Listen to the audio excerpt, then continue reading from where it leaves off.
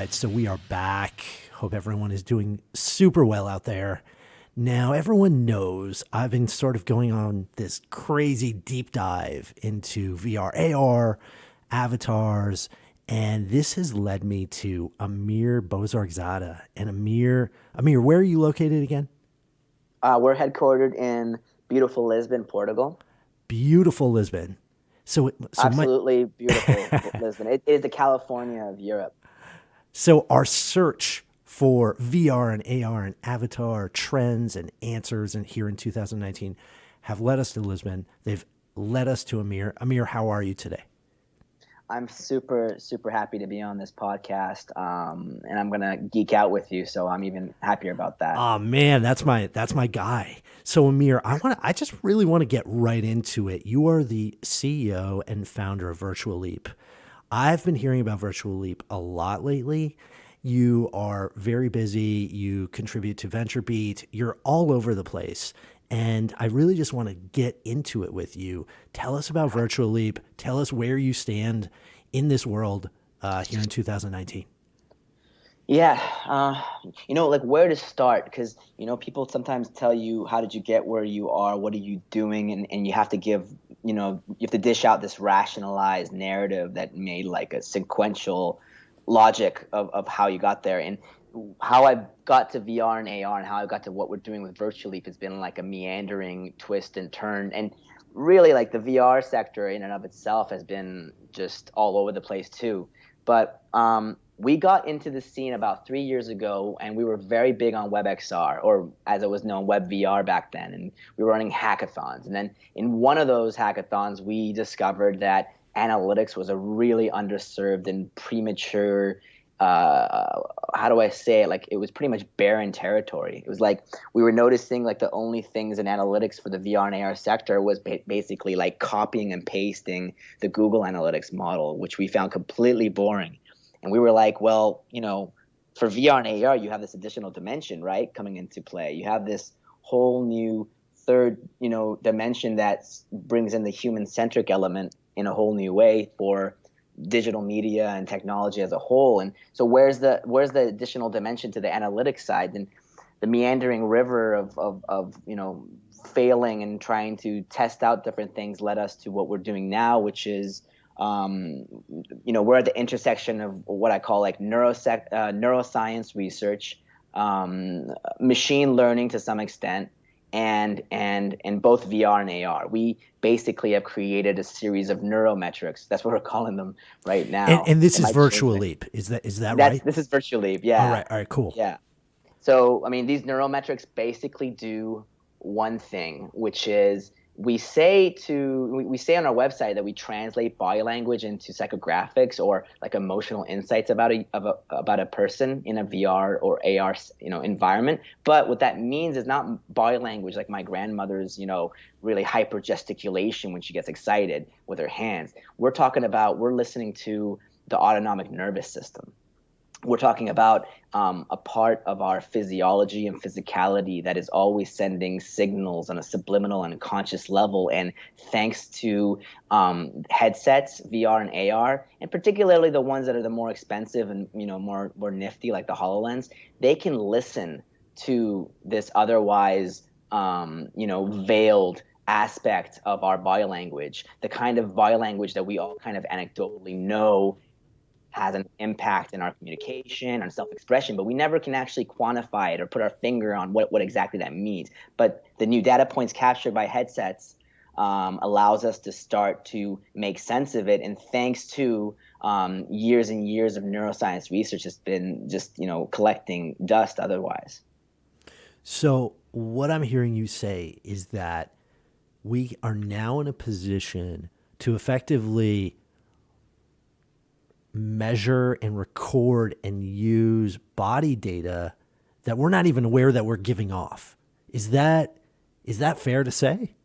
Absolutely, it's the autonomic nervous system. No one knows that it's even It's there. unconscious It's unconscious. It's data. subliminal. We don't know it.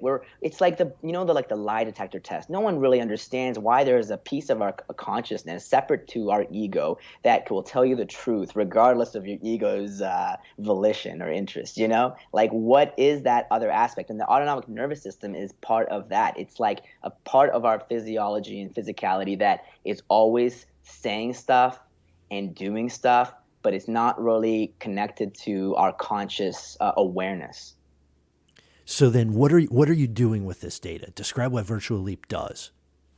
So we got some neuroscientists on board in the beginning, and what they did was essentially take a selection of behavioral studies from rats to monkeys to poor human beings, and we picked out the right ones that would be relevant in the setting of VR and AR. And what we do is we've created these mathematical models, and these mathematical models essentially translates body language into let's say someone is stressed out in a VR setting, or they're calm, or maybe as we advance, maybe there's other emotions that we would track. But essentially, we would be able to tell you how a person is feeling, what mood are they in. And in the setting of a VR or AR storyboard, let's say cinematics or a game, you could allow the moods to define how the story twists and turns in the plots. You could use their mood to be something that avatars take into account when they're connecting with you and dialoguing with you.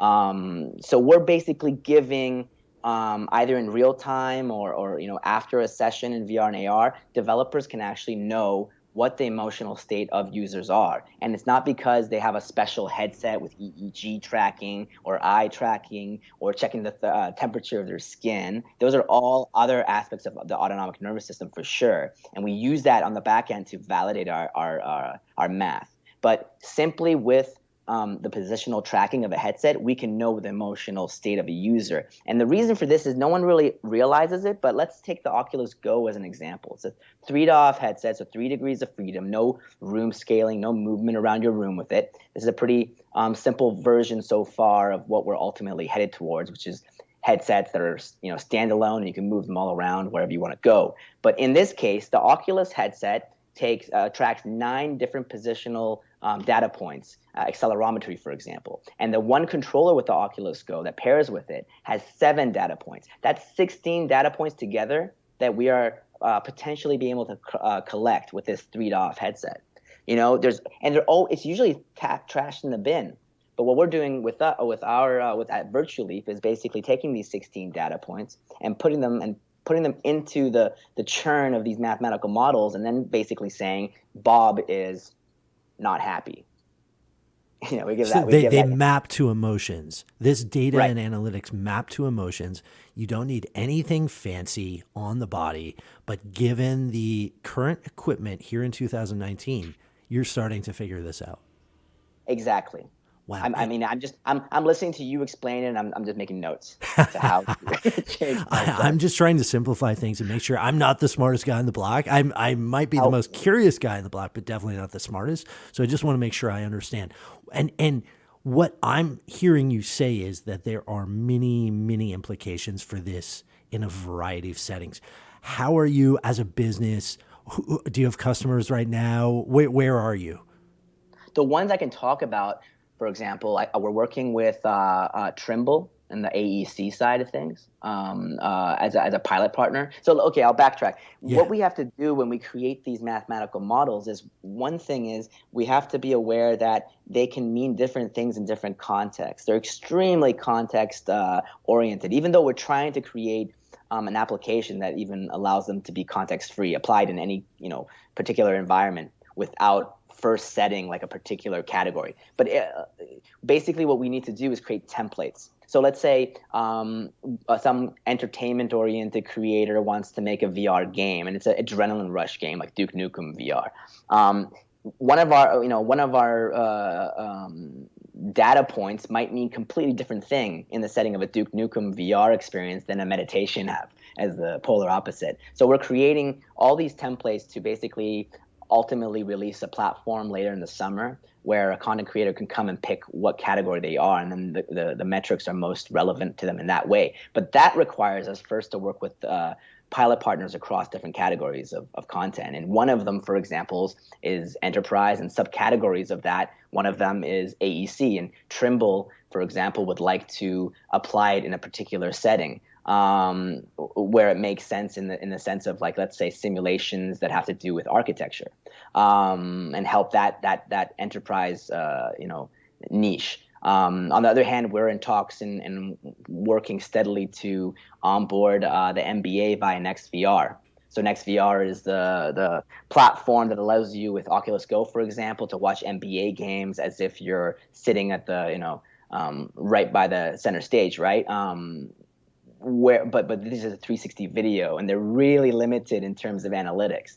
So in the case of the NBA, what they want to do is actually be able to track a user's experience during the entire match, and then be able to give the user a highlight reel that's customized to them based on the peak personal moments of the game. See, that's amazing. That's amazing. Yeah. I don't think most people would even think of that use case, for instance, right? Which is, okay, for an audience in VR, we are going to measure when you're excited, when you're happy. We're going to give you a highlight reel.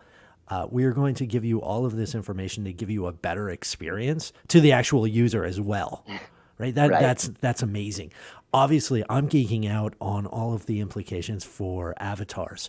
I know for me, my belief is that avatars are really starting to pop here in 2019 and 2020. One of the issues really around this is that identity is such a big deal. And I think that with identity and avatars, creating, if I go into a virtual world, goggles or not, being unique is a really, really important concept. And so I think this does lead the way to people looking, feeling, even in something like Fortnite, looking more unique. Are you finding that to be the case with your customers? The thing about avatars is there's such a double whammy.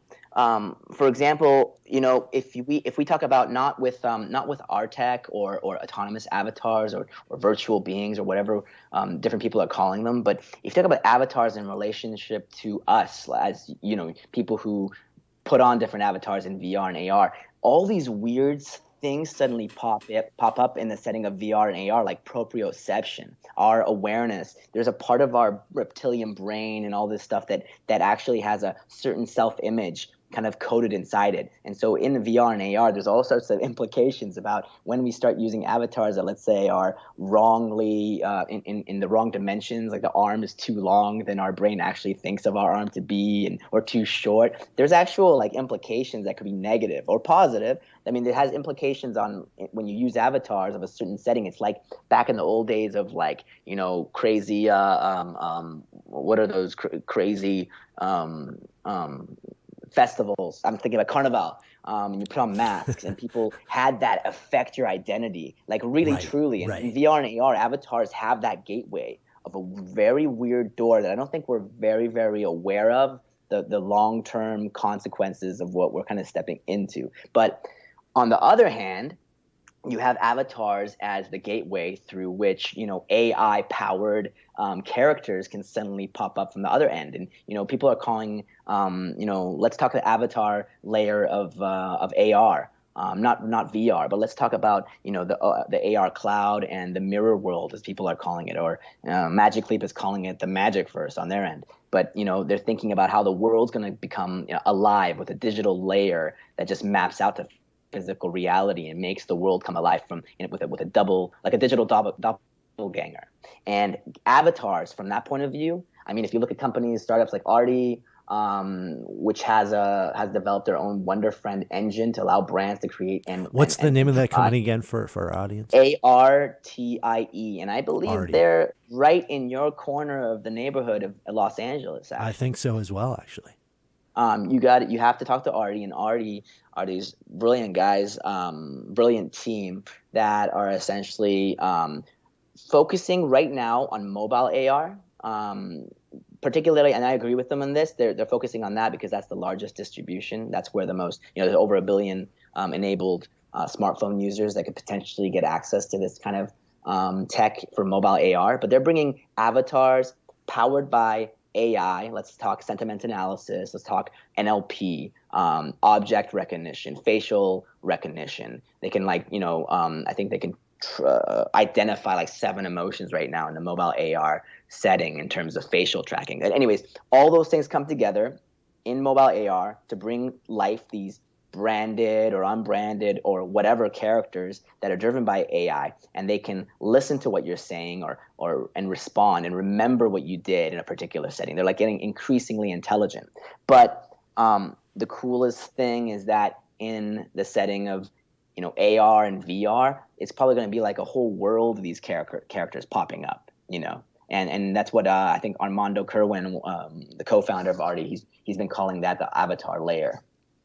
See, that's so exciting right now, and I feel like yes, it's extremely early. However, we are seeing major signs of life in all directions with what you just described, and Yeah. I think to your point though, we want some human characteristics and qualities with some of these avatars, and sometimes we don't. And then sometimes we want these qualities with AI driven avatars, and sometimes we do, and sometimes we don't. Right. Is that what you're saying? Yeah, I don't think we understand what's happening. I think gosh, I'm trying to remember that Who Killed Roger Rabbit? Was that the Yeah, movie? man, we've been talking about Yeah. that. Yeah. Yeah, Jeremy Welton and I've been talking about that all week, actually. so Ryan Horrigan, the other co-founder of Arty, was mentioning that as his example of this whole kind of world of bleeding in and bleeding out of characters, and that's our future. But I'm thinking the interim period of us getting to that world is going to be a really messy, in my opinion, in some shapes and some forms, in the sense that if we're the ones using these avatars, we're going to have we're going to have an experimental phase of figuring out what works for us, what doesn't work. Are people going to, one of my co-founders at Virtual Leap, Roland Dubois, he created a universal avatar API called Gravr, Gravr. And basically what this avatar does is allow you to basically set your exact specifications of your real world self into the avatar dimensions of whatever you're going to be carrying in from one experience to another. So you have your own kind of backpack avatar that you can always have. So your user comfort's always okay. Because one of the issues about VR and AR and this concept of the metaverse, that you probably heard ad infinitum, people are saying it less now. But about 2 years ago, it was just metaverse this, metaverse that. You need to be able to have things that allow traversal linking, so things that allow you to take something saved about your experience of self or your avatar or your link saving or something and take them from experience to experience. You can't have your avatar shift by the dictates of anyone who creates any particular experience. You want to be able to keep on moving and keep your self-identity intact, right? And that's Totally. what he created his avatar API for. And I really think we also need, on a side note, I really think we need social proof in this universe. And I don't see it yet. And I think early on with the internet, of course, social proof, it's the way that platforms are built. So I'm looking forward to seeing how that's expressed through avatars and through the work you're doing.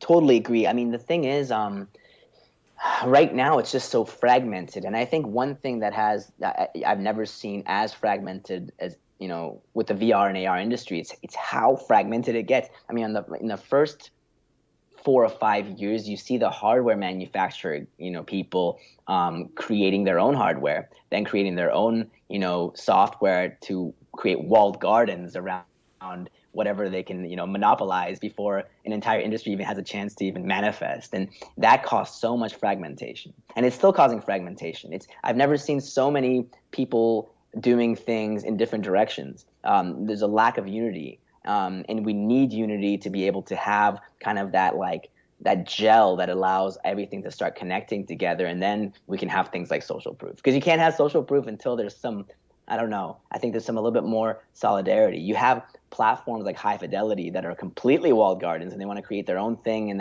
their own little, little or big universe. But they're kind of really closed off from the outside ecosystem, and that's how they're doing it. And then you have all these other small ones.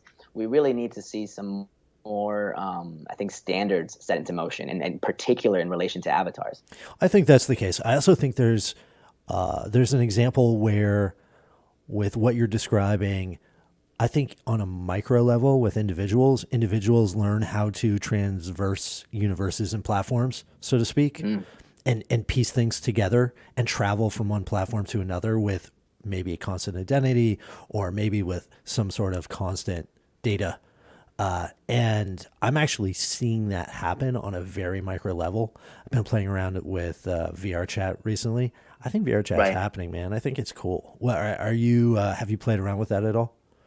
In and out, in and out. I should be using it more. I have most of my friends back at Boost VC, where we participated in that accelerator in San Mateo, and it was a big thing back then as well. But I have to say, I haven't been a regular user at all. Yeah, I think that there's some interesting numbers. But more importantly for me, I like to go in there and like see what the user behavior is and see what's happening. And I think people are starting to do interesting creative stuff in there.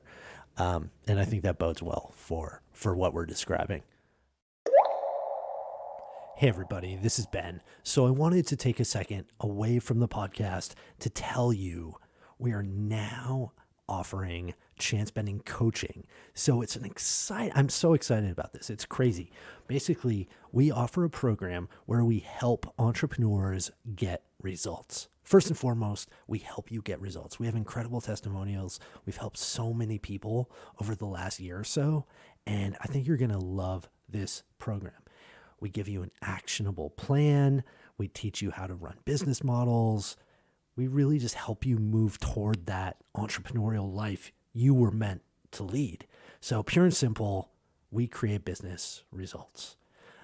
If you act now, we have a special. Just go to bensmith.tv. We have $100 off. It's so affordable, guys. It's like, I can't believe we can offer it at this price. Like right now, we're offering coaching at $297 a month. I don't know anybody that can meet that price. That's what we're doing. You get all sorts of media, you get modules, you get courses, you get all sorts of stuff. It's like, I'm so pumped to offer this to you. So go again, bensmith.tv, click join now, join the Chance Bending Network. It's awesome. All right, back to the podcast. Yeah, I mean, one of the issues with a lot of the guys, like Altspace, back when they were a thing. I'm not sure what's going on with them now. I know they're active with Microsoft, but I don't know to what degree. But a lot of the numbers are never transparent. That's the issue sometimes. You never know what the usage really is. Like for example, when a content platform tells you how many registered users they have, well, that's not something interesting to me. I want to know monthly actives and so on. And VR chat is definitely one that's given us more transparency. Yeah. I mean, the numbers aren't amazing, but when you go in there recently, the numbers are up in the rooms, which I think is a great sign. And then more importantly, when I go onto Twitch, I'm starting to see streamers that stream VR chat, and I'm seeing views. I'm seeing people getting on there and watching in VR chat, which I think is a great trend. I think that's gonna something. I think the timing is perfect with the Quest, for example, the Oculus Quest, and some of these handheld, because like the thing is, once we have more and more comfortable, I think devices, I think what you're seeing in VR chat and the engagement levels, I think we're only going to see that not necessarily explode, but start to trend at a higher, steeper curve, or at least that's my projection. I mean, the problem with being a VR startup that came in at 2016 is that we came in at a time where Silicon Valley in particular had a real hangover, a hype hangover, because they had started investing in VR startups in 2013, even as early as 2012, with rounds of funds that would not get them all the way to 2018, which is the time when last year was when standalone headsets finally arrived. So I think what you're seeing is going to grow because it's the right time now. If that engagement level really is happening in a platform like VR chat, then right now is when the devices are becoming just the right price and just the right comfort level and just the right quality at that comfort level and price to bring in like a new wave of users, to grow it properly. I love it. I love it. So Amir, describe to me what you're most excited about. What trend in this space are you most excited about here in 2019? 2019. So I'm a big believer that the Quest is going to have solid numbers. I've been saying that a lot, and so I'm gonna stick to that tune. I am totally excited about it. But aside from standalone devices and how that's gonna pick up, I think it's not necessarily going to be a year where we see consumer adoption like pick up properly. I think we're going to see some big purchases from enterprise. I think 2019 is the year where the enterprise sector is going to even double and triple down on adopting the technology across the board. So like in 2015, 2016, you would not read any journalist talking about VR and AR as an enterprise play. You would say primarily entertainment, games, and so on. But it turns out all the boring, use cases of like factory floors and so on, remote engineering support for pilots in mid-air, as they're getting a specialist on the ground helping them like in real time, like those kind of use cases. I just got back from Laval Virtual. It's a conference in France just last week, and the whole exhibition space was just pure. Like I felt like 80% was as enterprise. So I think 2019 is going to be a very strong enterprise year. I think LBEs, I think location-based, sandbox VR, zero latency, the void and so on. I think we're going to see, decent numbers in terms of what they're picking up on. But I don't necessarily think this year will be a huge year for them. I think next year will be. So LBEs, enterprise, consumer, I'm just, I still think it's going to take like 3 to 5 years before we see things solid on that front. We're going to see successes, but they're going to be like more exceptions than the rule. Like Beat Saber is an exception. It's not the rule. Describe Beat Saber to people. Beat Saber is like I don't know, like a Jedi arts meets I'm basically in heaven because you're basically going through a game that's testing your dexterity using lightsabers pretty much to break out blocks according to patterns and musical tones that are all in sync. It's like, I don't know, like a symphony of a workout. It's hard for me to describe right at this moment, but it is definitely it's my number one most favorite VR application at this current time. Cool. So if you're curious about this and you want to get into it, you want to try something fun, maybe this Beat Saber is a great way to get into this. There's no chance you won't like it. Whoever's listening. There's no chance. I love it. It'll blow your mind. And if it doesn't, I want you to email me. Perfect. And we need to talk. Perfect. Why? So, and for me, for 2019, I really just believe that we're going to get more and more comfortable with this idea of communicating with one another as avatars here in 2019. And that might not mean with goggles on. That might mean, more and more with Fortnite and Discord and different platforms, various platforms. That might mean adding, the avatar elements on your iPhone to your messages. I just think this is the year where that becomes more and more comfortable. And probably by 2020, 21, that's when your mom starts starts talking to you as an avatar. Like that's the direction I think we're headed.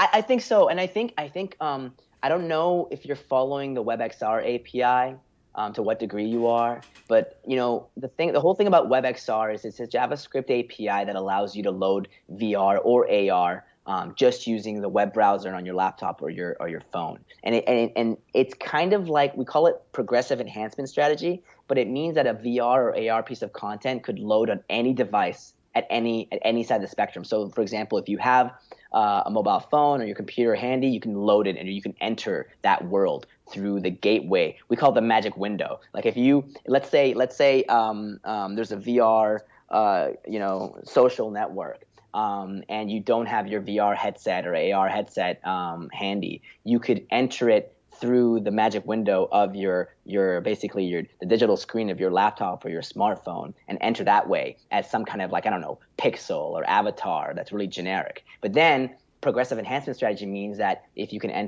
plug in your headset, then you get more and more freedoms in this world, because you have more and more devices that brings you those powers to have more self-expression in those worlds. And it's like basically giving value for any immersive content to any device holder of any kind. And that's the whole beauty of the WebXR API. But I bring that up because I think it's so important to have immersive content developed with all devices catered for, not just the VR and AR devices. And that's the beauty of it, you know? But unfortunately, we haven't seen enough uptake of the technology because it's so damn democratic. It's so damn Right. hard to Right. make a walled garden around the Right. web, you know? Right. So. Amazing. Amazing. So Amir, where can people find you if they're interested in finding your thoughts, your writing, talking with you about business? Where can they go? So I write pretty regularly for VentureBeat, like you mentioned. So, you can go to my author page at VentureBeat. There's no way to follow me necessarily. You could follow me on Twitter. No, man, At you're White really Fox. you're Yeah, really talented with the work on VentureBeat. So I appreciate all of your writing. I went down a rabbit hole there. I don't know, that's maybe awesome. about 2 weeks. Yeah, about 2 weeks ago. So I appreciate it. appreciate that. The thing is, I'm not a journalist. I simply want to research that side of things. And the only way that I can really, really understand it is if I can write it up into a story that makes sense. And the editors of a publication like VentureBeat say, yeah, we'll publish this. That means Well, I and actually understand it. your passion is so clear as well, and that comes through in the writing, and that's what I appreciate. And it's pretty clear and succinct for a complicated subject matter. So yeah, great follow. Man, that means a lot to me Yeah. because I've literally heard nothing from anyone in 2 years. So that is All right. fantastic. I'm your first fan. Thank you, Amir. That's awesome. And where can businesses find more about Virtual Leap? So you can go to virtualleap.com. Yeah, we keep things updated there. There's a newsletter thing if you want to be kept up to date by emails. Please feel free to add me on LinkedIn. If you have VR and AR specifically in your title and header, I'm pretty much accepting anyone on there at this stage.